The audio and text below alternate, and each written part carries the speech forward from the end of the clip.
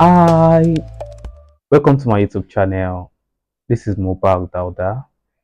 This channel, you'll be learning everything about data analytics, Power BI, Power Query, my lifestyle as a data analyst, and any career tips that will help you grow in your data career also. Welcome to this video.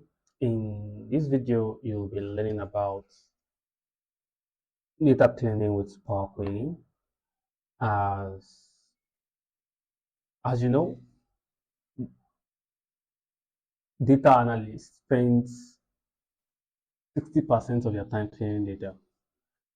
And not only data analysts, data engineers, analytical engineers, they spend most of their time, data scientists, as long as data profession is concerned. Most of your time will be spent on cleaning data. That's why there's data engineer and analytical engineer that makes the work more faster and efficient for data analysts and data science as of now because of the emergence of these new roles that focus on cleaning and transforming data for more efficient reporting and efficient analysis. But for you as a data analyst or as a BI analyst, most of your time will focus on cleaning data. And for you to know how to do that, if you're working with Power BI, you need to know how you can clean data with Power Query.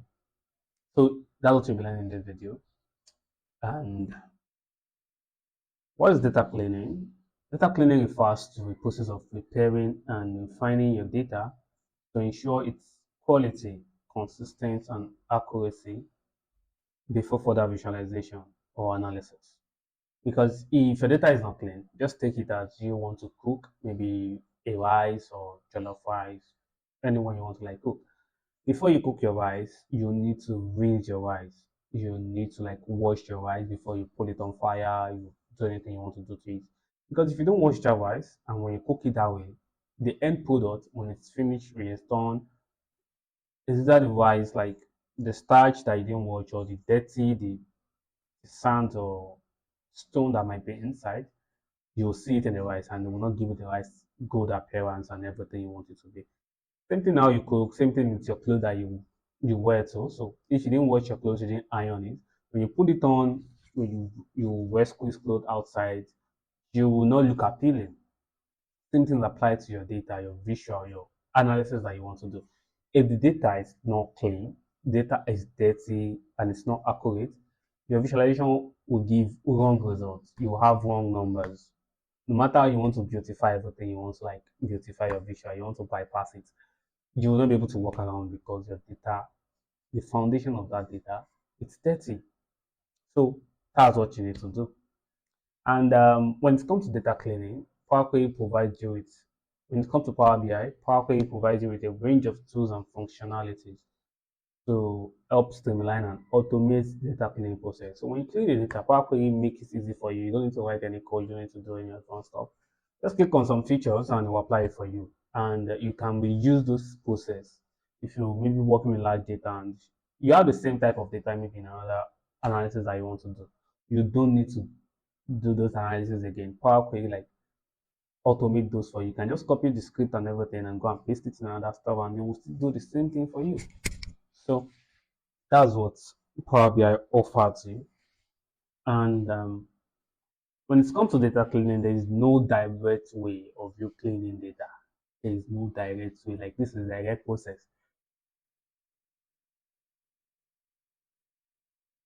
Like this is the direct process that you will need to like follow.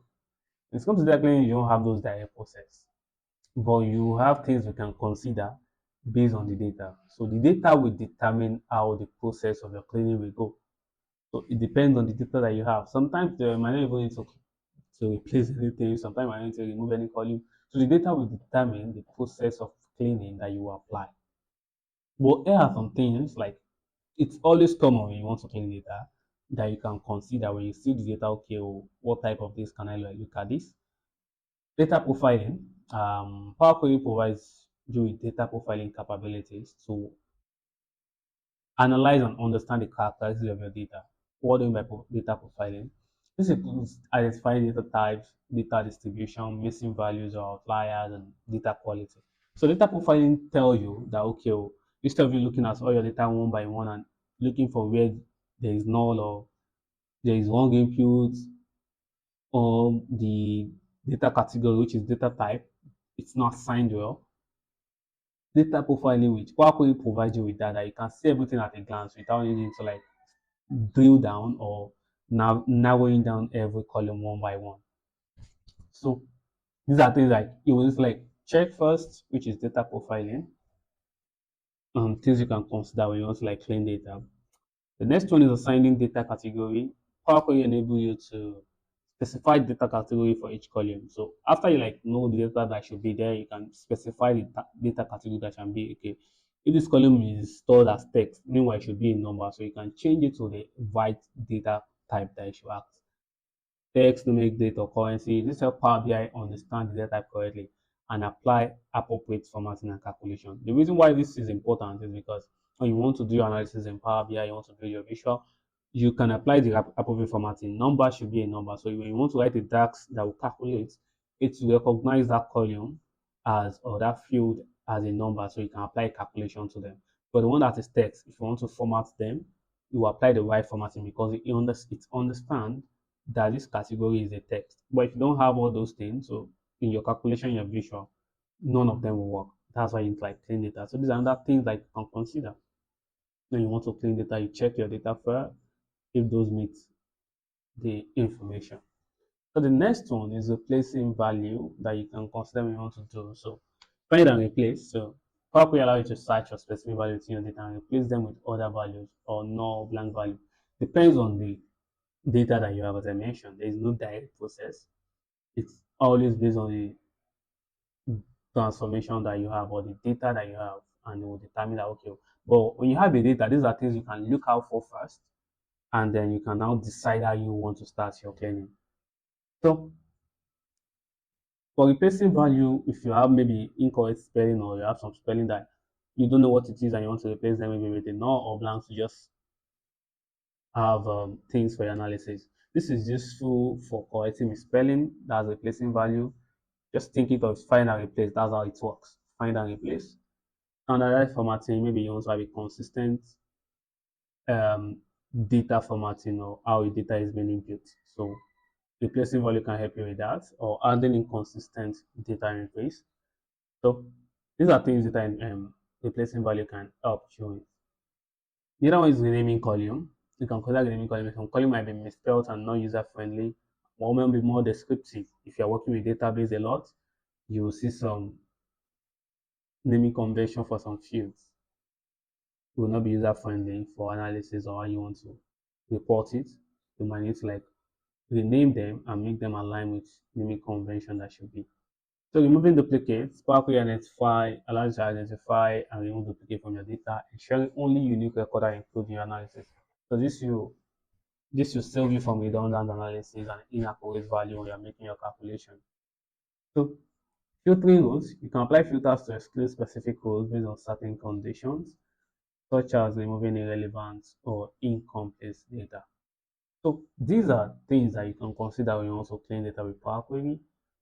As we mentioned, there is no direct process of cleaning data, but the data will determine or will dictate how you can clean your data. So now let's see some of the things you can do when you want to clean data in Power Query. Let's go right into Power Query. So when you open Power Query here, you can see these are things we'll be covering as far as this story is concerned. So this is your Power Query interface, and you will see all of these. Transform, new source. You already know how you can get data, which is covered in the past series. Data source setting, managing parameters. So now I want to like manage column. How does manage column works? In managing column, you want to choose and remove column. So how to remove column and how to choose column. So choose column means you want to delete a column. That's what remove column means. If I click on this size now, I select the size column, I come to remove column here. It will delete that column for me, and this is it. And in Power Query, there is no Ctrl Z. So if you want to like undo that step, you come to your apply step here apply step here, and you cancel the step, and it will undo those things. So to remove column, you just click on this, remove column. So to choose column, what's the difference between choose column and remove column? Choose column means you want to choose a specific column, while remove column means you want to delete a column. So in choose column also, it also means removing other columns. If I click on this drop down here, you will choose column and go to column. So go to column means you want to go to a specific column. Maybe you have 100 of columns. You have 100 of columns and you want to search for a specific column that you are looking for. So instead of just scrolling, go to column that you can also use as Control G and help you to like go to that column. So if you are having like hundreds of columns and you want to like go to a specific column, you can just press on Control G, or you come to go to columns here so you can access it faster instead of just scrolling endlessly. So I'll say I want to go to name column and I'll select name, and you can see it has choose that column for me. So as I select this now, it also means choose column. As I click on every column here, I'm choosing column. As I click on every column, I'm choosing column. That's how choose column works. So, and also if you want to select multiple column, this is where choose column also works also. So let's say I want to select product ID, product number, and name. So I can come to choose column here and I can select the multiple column. You can see I want to select product ID, product name. So I will uncheck the one that I don't want. So once I uncheck the one I don't want, it will remove them from the column form and leave the one that is selected, which this also means remove other columns. So if you click on remove column drop down, you see remove other column, which is what I just did by unchecking from choose column. So another way you can do remove other column is if you want to choose only specific column like you do it, you select, hold on control, and you select the column that you want to leave, and you come to remove here and say remove other column. You can see it's the same thing because you have a little data here, but you have a large data with plenty columns. You cannot be selecting one by one. That's where choose columns comes. And one more important thing about choose column is when a new column added to your data, it will not spoil your transformation step. It will not just pick it up. From anywhere the sources, your transformation step will not break. It will not add it. But if you are using remove column, when you remove that column and it changes from the source, your transformation step will break and you have error in your Power Query. So that's how choose column and remove column works. And this come in handy when you have some column that is not useful in your analysis that you want to delete. So choose column and remove column will help you with that. So another one that you need to like look into is keep rows and remove rows. Just think of choose column and remove column. Now that one is column. This one deals with rows. Keep rows, you can see choose the rows you want to keep, and remove rows, choose the rows you want to remove. It just opposites column and rows. So now in this aspect now, keep rows now have options. You can see keep top rows, keep bottom rows, keep range of rows, keep duplicates, keep errors. You can see there are tons of options here.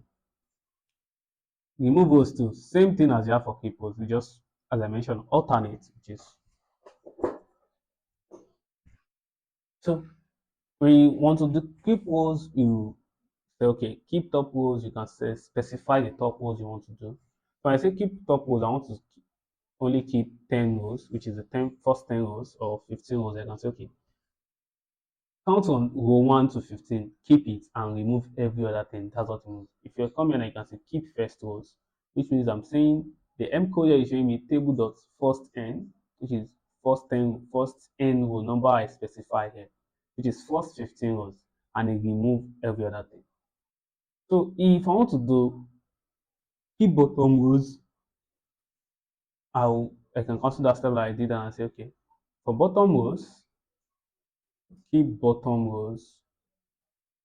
And I say I want to keep, let's see how many rows we have. We have 66. If I want to keep 10 rows, it should be from 51, this 60 here to 52. So keep bottom rows. And I say keep bottom rows,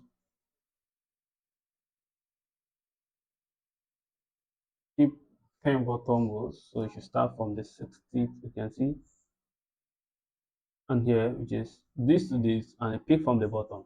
So that's how keep rules like work, and every other thing that you didn't specify will remove them. So another one is keep error. So if you want to like troubleshoot and you're having error somewhere, so let me change something here. Let me change assign a data category somewhere here and change it to O number if you have error. So if you are like handling a lot of large data and you are maybe loading to your model and it shows you that okay, oh, there's error somewhere, how you can troubleshoot those error and fix it is to keep the error so you can know the specific reason why the error is. So when I click on the error here, it will tell me why we couldn't convert to number. It means this thing contains m, which is a text, so the error is it couldn't convert it to numbers. So that's where keep error like always work for you to troubleshoot and resolve your error. So that's another how you can keep. So keep and removing rows is almost the same thing as I mentioned. Remove top row means the only one that you specify is only what you remove and keep the others. Remove bottom row you just take. Remove alternate row you just like remove the second row, third row, like even how you want it to be. So in this aspect now you say remove bottom, not bottom. I would say remove alternate row. Remove alternate row here, we say, okay, first row to remove, where do you want to start from? And number of rows you want to remove, and number of rows you want to keep. We have 66 rows, and I want you to start from 1. First row to remove is 1. Number of rows to remove, I want to remove 66, right? I want to remove 32, and I want to keep 33. So you start from 1 and removing 3, 5, and stuff. So we should have 706, 708. Yeah, I think, yeah, 706, 708 kind of stuff. Let's see. Okay, because I want to keep 33 rows, so we'll remove those first one that I want to do. You can 727, 738, and how it goes like that. So you just remove the alternate rows 1, 2 till 32 and start it from. So if you want to confirm, you can come here. Let's see what start from 33. You can see 737. So what the alternate row is like, okay, start from 1 and removing 2, 3, 4 till 33 and leave every other thing. So that's what alternate rows does. And you can see remove duplicate also. If you have duplicates in a record, you can remove those duplicates also. So do you have a duplicate somewhere here? I don't think you have duplicates. Removing blank rows and removing error, just like if you have error. So if you don't want to troubleshoot it, you can remove the error. So these are how you can like do some basic cleaning or what you can consider depends on the data that you have. Depends on the data that you have. So let's see removing duplicates. So if you let me come back here again, remove alternatives, remove alternatives.